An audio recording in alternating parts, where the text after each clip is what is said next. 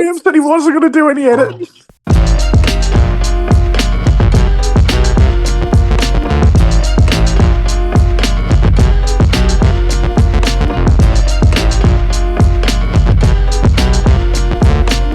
And welcome back to What the Falk podcast.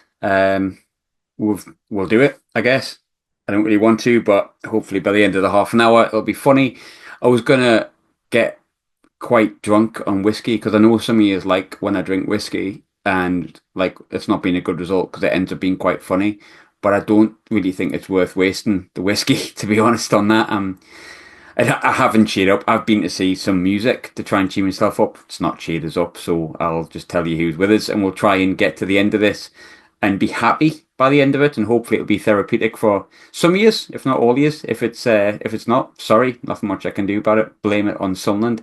I would probably blame it on Chris Mepham today, to be honest. But Ross, before I start just slandering every player that played today and completely ruining the nuance that we tried to have and the balance that we tried to bring by just absolutely slandering everyone that wearing a red and white shirt today, how you doing, mate? You all right? I'm all right as you can be after that absolute debacle. I know I said this before recording, but I think what we could have done is played every review after every Coventry game we've done since even the League One days, and it would fit perfectly because they've just got something over us. There's an absolute Jimmy Hill-esque hoodoo over us where we walk onto the pitch, see them sky blue shirts, and we forget that our team especially just forget how to be professional footballers, and the basics just go. But yeah, apart from that, I'm doing all right. But yeah, very shit.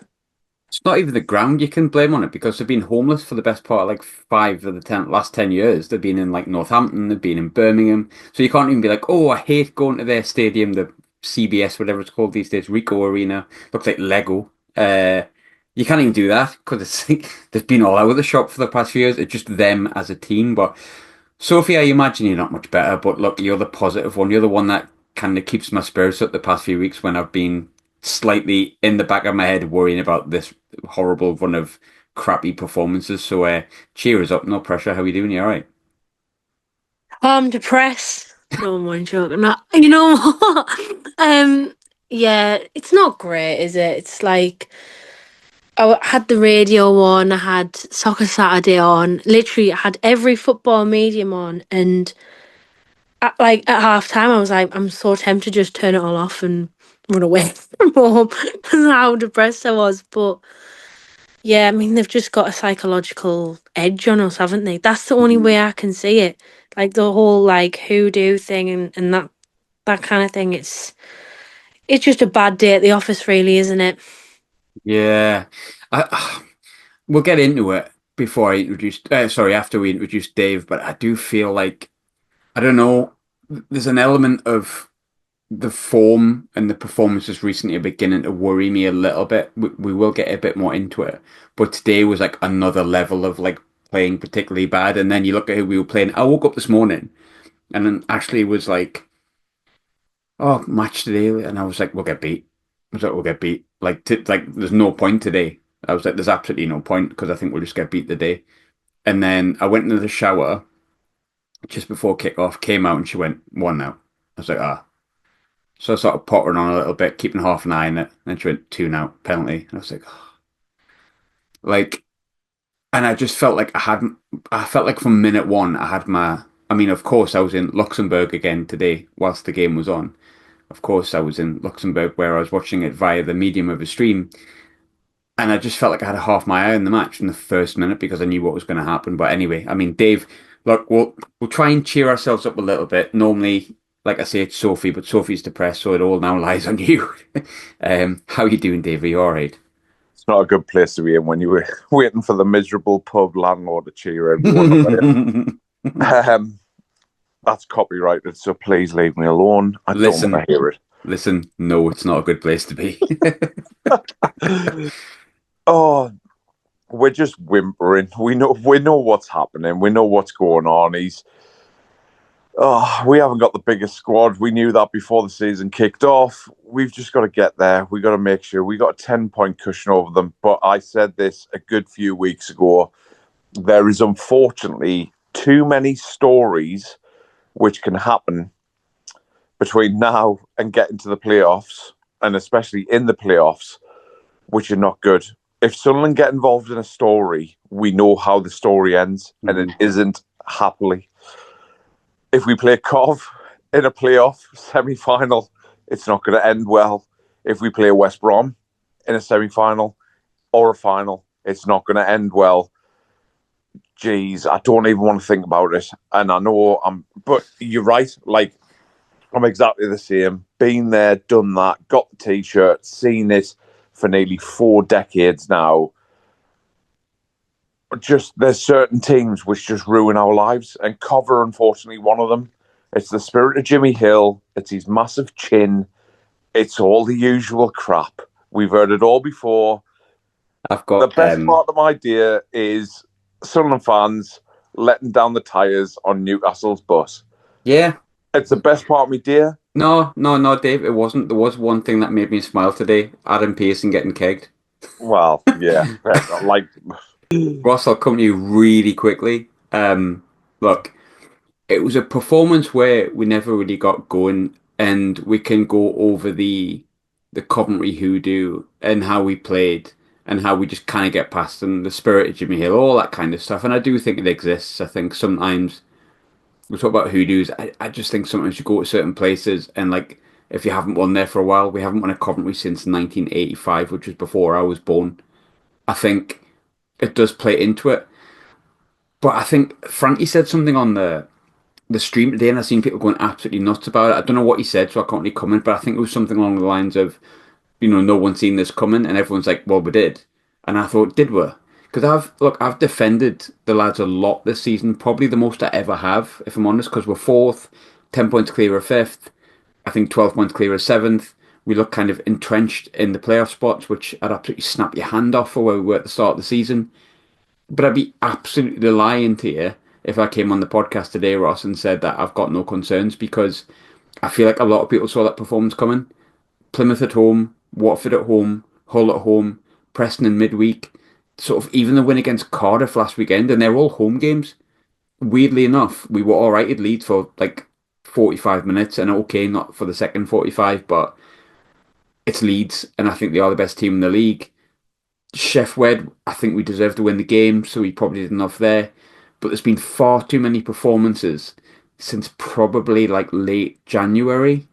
I've probably missed some performances out there where it's just not looked right. And like I've tried to be like, it's okay, we can't always be 5 points clear at the top of the league and we're still going to be in the playoffs and that's still a massive achievement. But I'm starting to get a bit concerned because I felt that coming today. Like I said, when I woke up, I just knew what was happening.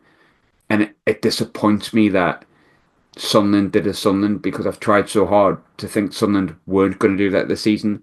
And I've been really proud of them and I've been really happy with the season. But like since January, something's not been right. Like, what is it just me? Is something not right with Sunderland at the minute, Ross? I wouldn't say since January. I think we've been. I think let's be honest. When that second Leeds goal went in, automatics were gone. But even Plymouth and stuff before that, like certain games, like at the same time, we always had a response. You know what I mean? We always went and got a performance or result after, and yeah, we had a lot of mitigating circumstances. Like you say, we did have a lot of. We've had no natural winger, and then Enzo Lafay came. He was brilliant, and then he gets injured. We've never been able to see him in his natural position. So there's mitigating factors. But I also do think that since the Leeds game, we've looked like a team who, being honest, haven't really got anything to play for. We are in the playoffs, barring a massive fucking disaster.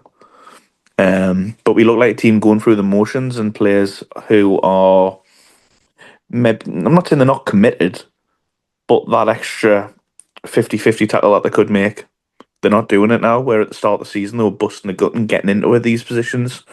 We're not. Our press has gone now. I think against Preston, the press was so disjointed that today we didn't even bother with one, which was nice. nice being totally funk shite, just for those who don't understand me sarcasm.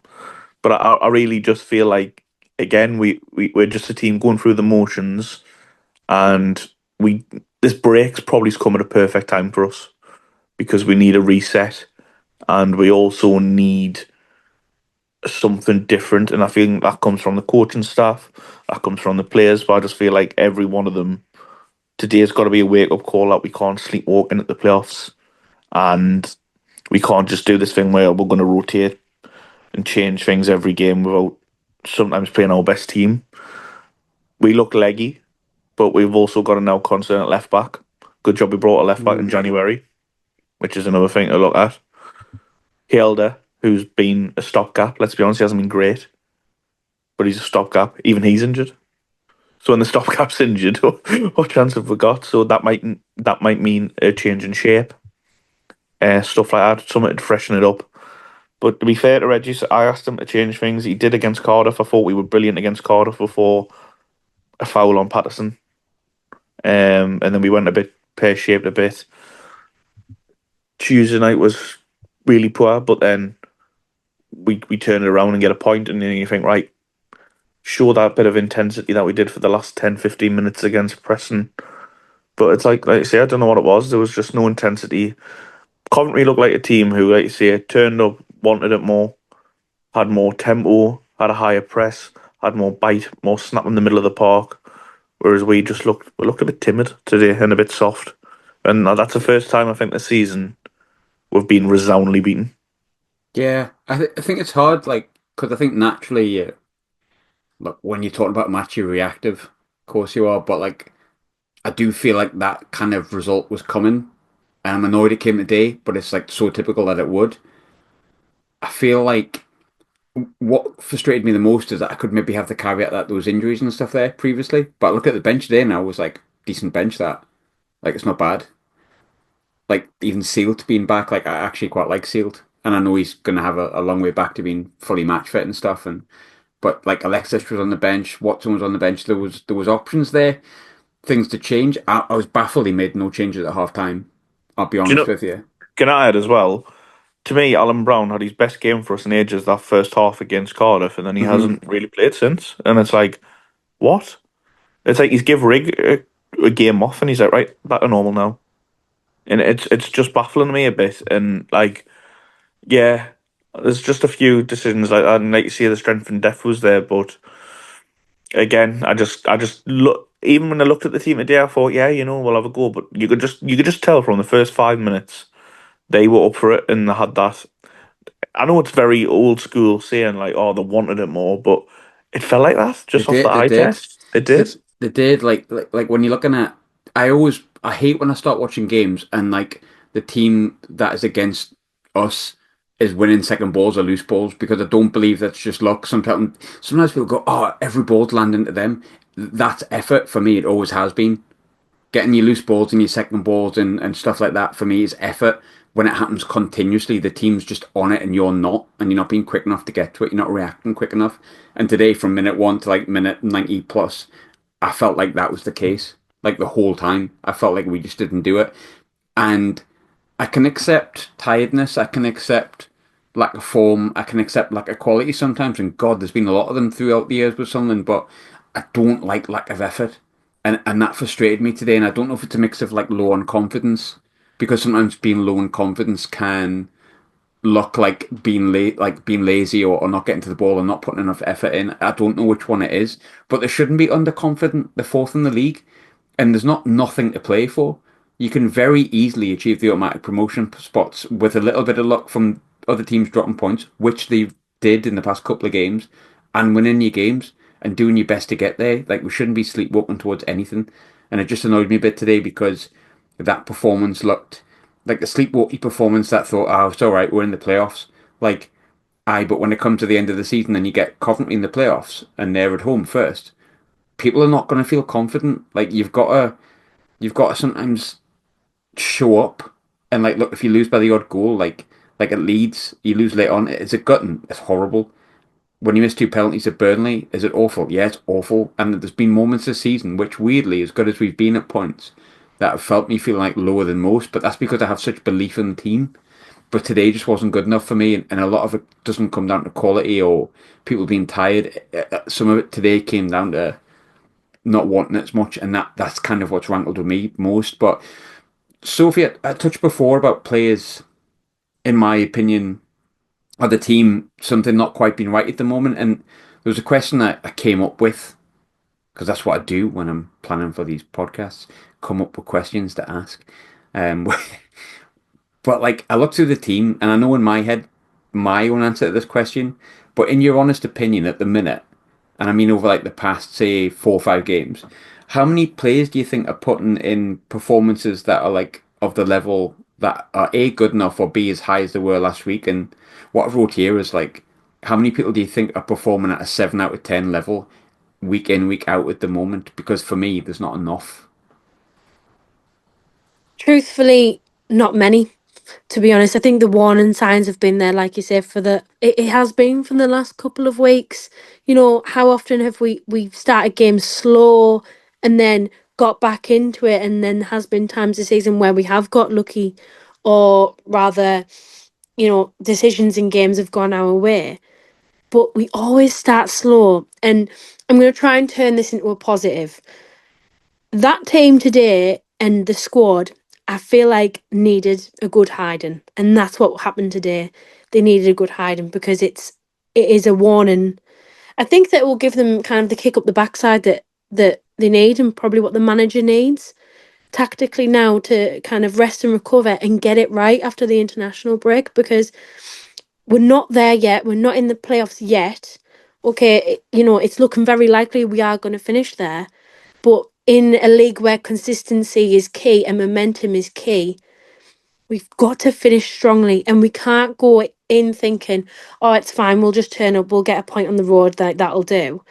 The performances need to be there. Mentality has got to be high. It's got to be booming with confidence. Like you said, we are fourth in the league. We've had a brilliant season. Let's keep it going. Let's make sure we get the reward at the end that we feel like we deserve.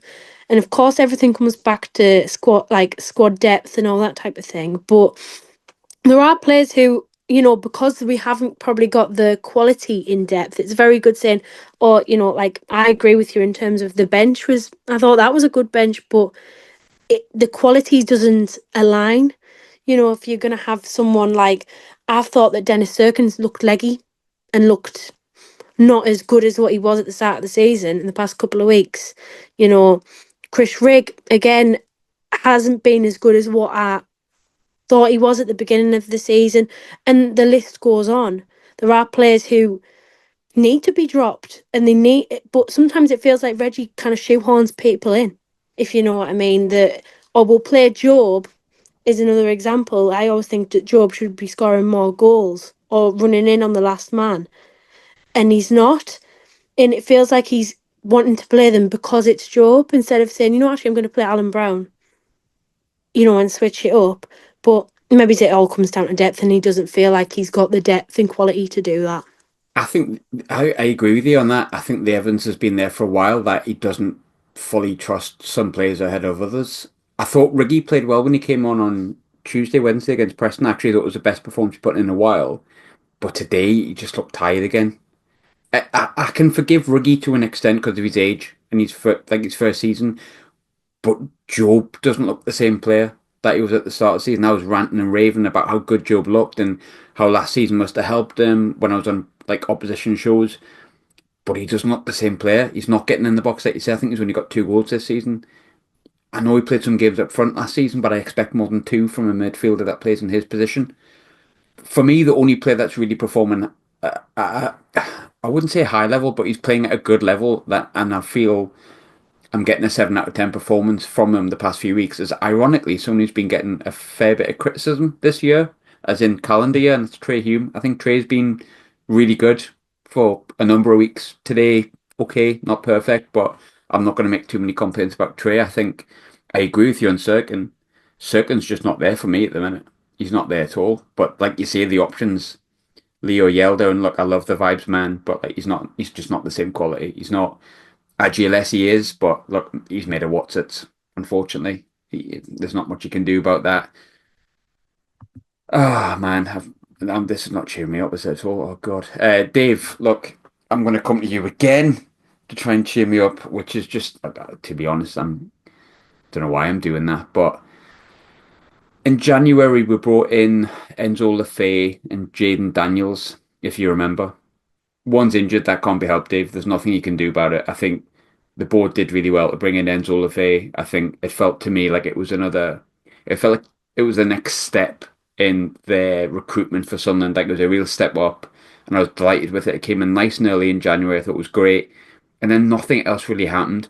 Jaden Daniels is not going to play for Sunderland this season. I'm pretty confident of that. I think as much has been said, we brought in a player that was not going to be fit for 3 to 5 weeks originally. Now there's rumours that he's not going to be fit at all. I don't think he's going to be. A back injury is a funny one. Niall Huggins was out for an entire year with a back injury. Back injuries are not a good place because, as we saw with John Mensah, if you've got a bad back, it can affect all sorts of stuff. Jaden Daniels. I meant Jaden Dans. I said Jaden. I was thinking about Jack Daniels. I don't care. I'm not editing that. But Dave, the point I was trying to make was, what's his actual name? Well, I mean, it stands to reason that I wouldn't know his name though, Ross. He hasn't fucking played. Like, he's not a Sunderland player, is he? Like, he's just fucking there. Like, but yeah, Dave, the point I was trying to make was like, is it too easy to blame the board? And I've seen a lot of people saying that I don't necessarily blame the board, but did we do enough recruitment in January, Dave? Because for me, no. I'd probably argue that we didn't do enough for recruitment in the summer, let alone Yeah. January. We said it. We said it before the season went off. Like we give ourselves top six aspirations at least with our starting 11. Totally stand by it. I think we can all see that, and there has been the odd absolute success story on top of that. Mayenda, absolutely brilliant. Wouldn't necessarily expect him to be so influential in such a big part, but he has been. Yeah, there's success stories, but everything has to be balanced. And do I think the summer was fantastic? No, I mean you've got Alan Brown now who's kicking about, but you certainly wouldn't regard him as a starter. Certainly a capable deputy, but not a starter.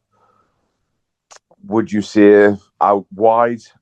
Okay, we've had unlucky injuries to Romain Mundell. We lost Jack Clark however many games into the season.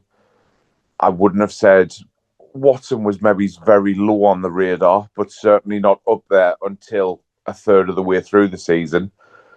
So, for as much as you can talk about January, and you are unlucky with the likes of Enzo Lefay, he's already proved how he's a class above and how he's got the belief in it and the mentality shift and is a level above what we used to.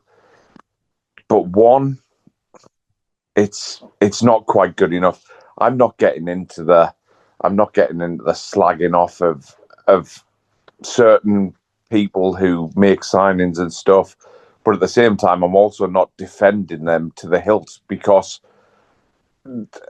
when it's going well, it's brilliant. When it's going wrong, they're in the same firing line, aren't they? If you're going to give credit, if you're going to give credit, you've got to give criticism at the same time. And of course, ultimately, success will be measured against what we do. I feel as though look at the results midweek. We've had the opportunity to gain 2 points again, and it's frustrating. But we haven't. We've come again today. Leeds have dropped 2 points again. Jesus, we haven't even made a point on them, let alone 3. Sorry, 2, as it would have been before anyone points that one out to me. Maths isn't my strong point this time on a Saturday night. Or any time, really. But it's frustration, and that's what it's going to be. And that's what happens when you've got a young squad. You've got injuries left, right, and John Mensah, just to double up with that one. I'm trying to cut you off with your John Mensah rant, but like the day today went so badly that the full-time graphic from Sunderland had half time on it. Yeah. And also when I had away days and a big photo of like the CBS Arena, whatever it's called at Coventry now, it was a Chef Wed badge. Yeah, Like yeah. the media, it's not their fault. The media team do some really good stuff, in my opinion. But we should have just wrote it off at that point, shouldn't we? Just Yeah, shake hands and be exactly. like, "Shall we Honestly, not get on the bus?" it's absolutely amazing, isn't it, that you come to that. I I got I helped some friends out with some tickets, and the price of it, like, why anyone's paying 45 quid a ticket to go to Coventry is beyond the realms of belief, because it's never going to end well. It's just one of those places that doesn't work for us, and I totally agree. The great thing about this division is to caveat it and to bring back balance. Unfortunately, we've got an international break, but other than that, your next game is more than winnable. Like, more than winnable. Millwall at home next, if I'm not mistaken. We should be going on and winning. However, is there a slight underbelly to Sunderland where the likes of Alex Neil, who is very, very tactically astute and very clever for the level, and so on and so forth, is he the dark arts? We're very naive Mate, against the dark the arts. next 3 games are rough. Like, Yeah, we're saying there's 10 points between us and Coventry and 12 points between us and seventh, and we feel like we're in the playoffs. But the next 3 games are rough. Alex Neil's beaten us every time he's played against us, I think. Then you've got West Brom away and Norwich away. So you've got 2 former managers coming up against us. And then, I mean, I know we won the other year when Abdullah Bar scored, but I feel like Norwich is not always. It's not an easy place to go. We lost there last year, although we did win in the championship season. I don't know, maybe I'm talking shit. It just feels like a tough game. But The Norwich are in a bit of a bad form though, aren't they? They fell quite a lot. I don't even think they're in the playoff hunt at the moment, nah. which is But quite a shock. they're having a whole rebuild at the minute and stuff in Norwich, aren't they? But I still feel Uh, like it's a tough game. Like, Carroll is never easy. But also, I'll come to you with that. Like, I'm looking at listener questions just now, just to see if there's anything that can avert my mind away and I can take the piss out of and have a bit of a laugh. But there's not. Everyone's just as sad as us. Um, what needs to change? Because look, we can kind of dig into what went wrong and has it been coming and does it feel like it? And I largely agree with what Sophie said. I don't want to ever see my team get battered, but I do feel like the team needed to keep like to get twatted in a way, because there's been games where even I've come out and gone, oh, but you've got to give the lads credit. They weren't good today, but they got that point against Watford. They kept going. Or you've got to give them credit. They were 1-0 down against Plymouth and they pulled 2 goals back. Or you've got to give them credit. They did this one. And there's been games where we've like Preston, or you've got to give them credit. They came back. And you do have to give them credit. They've pulled out a result from a shite performance. But has that like for Reggie and the coaching team and the players themselves as a paper over the cracks, because they're like, we're trucking along, we're not in perfect form, but we've got a goal. Today you're getting battered against a team that you could quite easily be meeting at the end of the season, but Ross, something needs to change at the minute, and I feel yeah, I I don't think feel like I'm being reactionary with that. I don't feel like I'm being reactionary. Like, I've defended them a lot. It hasn't been great recently. It's not been the worst I've ever seen, but it's not been good. no, I agree. It's like that's why I think it's a very everybody always goes, "Oh, it's all about the results." But if you're performing well and the results aren't there, but you keep the performance levels up, the results will come. And it's vice versa. If you're not playing well, but you're getting results, eventually it's going to catch up on you, and you're We've not not going to get been results. we've not been winning when we've been shite. That's probably Aye. the big issue. Cardiff aside, it's been sneaking a draw at home against teams where at the start of the season would be at Mm. them, and it's also the way the results have come. Like, sometimes we've scored first, sat back. I do feel as well. I don't. I've always said social media is not always the best barometer for everything, and I don't think it is.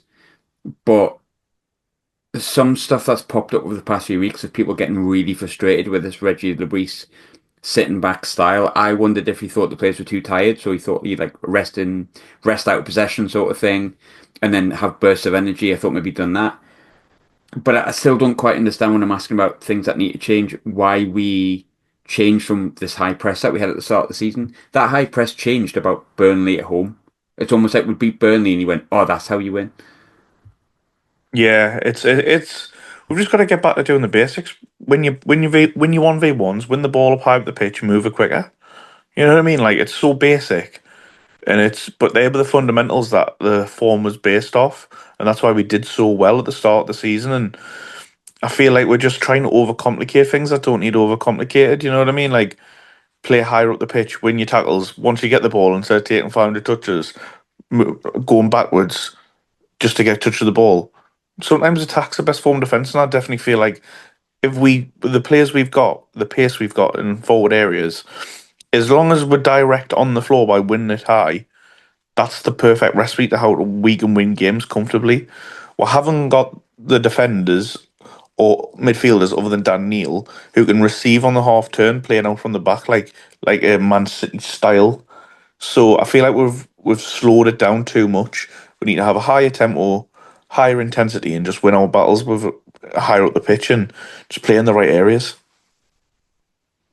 That's what I I do. yeah. I mean, I largely agree with that as well, to be honest.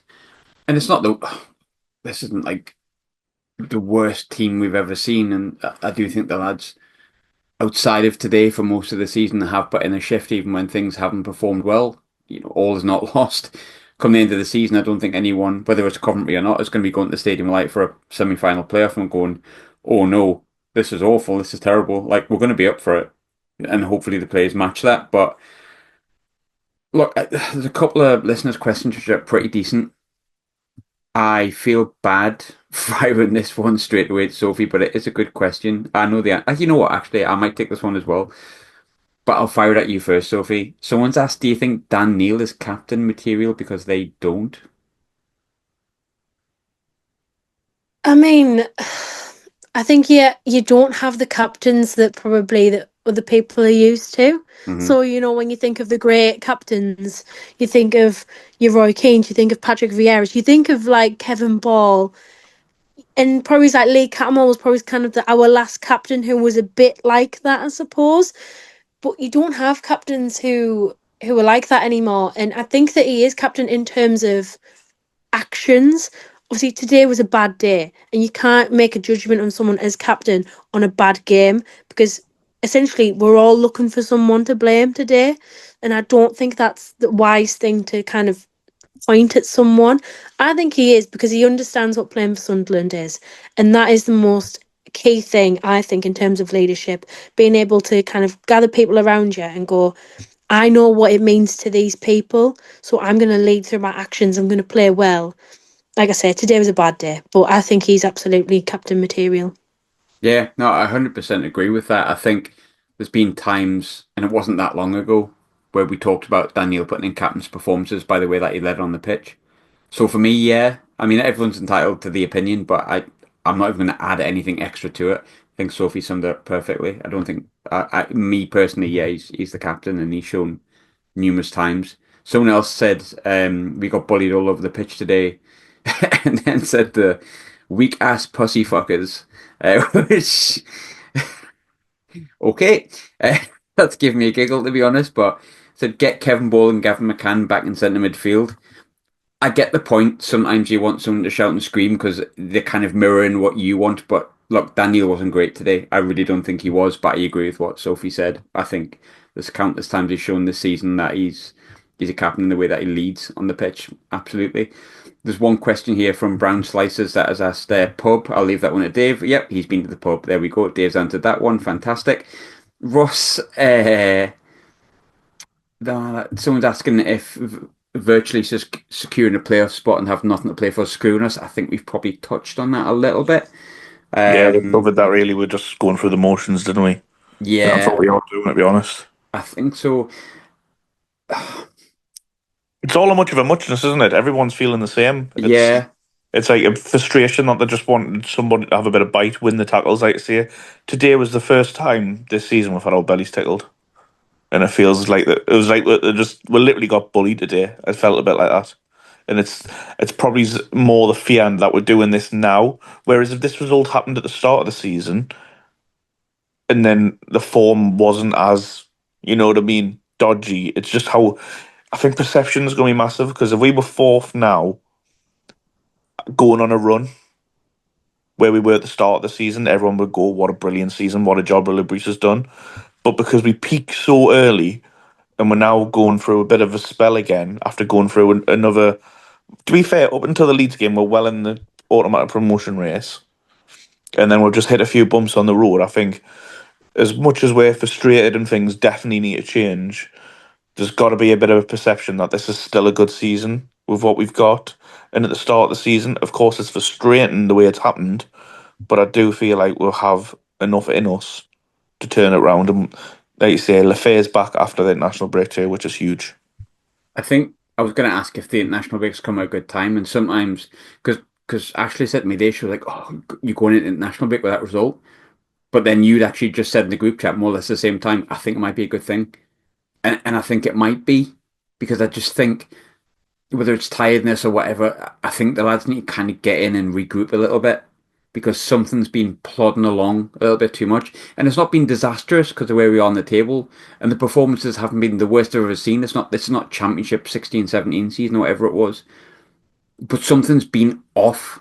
And it's like, do you know when you're in the relationship? We've all been in those relationships, right? Where you just think something's not been right the past 6 weeks. Don't know what it is. Like, do I just not fancy her anymore? Does she just not fancy me anymore? Like, we've all had that. And then you get to a point and you go, I'm just being daft. We're just having a wobble. I've just been stupid. It's fine. Or you go, nah, I'm going to break up and you move on. Normally the other way around when it comes to me. Like, it's normally me, the one that gets dumped. But here we are. Hopefully Sunderland don't dump us because I cannot choose anyone else. I love them. And that's why I do this stupid podcast at 10:30 on a Saturday night when I could just be out drinking. But it's a great question here, Ross, and I wanted to give it to you. I'm going to give Dave a stupid one because I think he's in the mood for just stupidity. When is he not? But it's a really good question from Gary Jerry that he's explained really well. Said, what's happened to the heart and guile? They were bullied from start to finish. I fear we continue the men versus boys. I fear we continue to be the men versus boys, but this is a really good question. Dare I say that will be a never-ending fault with the model? I think that's a solid question because we talk about the benefits of the model, but like there has been times on this podcast where we've talked about naivety, getting our bellies tickled, men versus boys. If we're playing around with that model, is that something that's going to just crop up more often Um, than not? it could do, but there's two. I get what he's saying, and today I fully agree with it, and it can end up like this. But I'd also add two little things to it. One, start of the season, these young lads were bullying teams with the strength, height, whatever more advantages the other teams had. We were matching them for the press and the intensity, and we're playing around them. And two, Alan Brown's on the bench. You know what I mean? You can't get a more experienced centre midfielder in the Championship than Alan Brown. It's That's up to the management to use him. So that's one on Labrise, I'd say.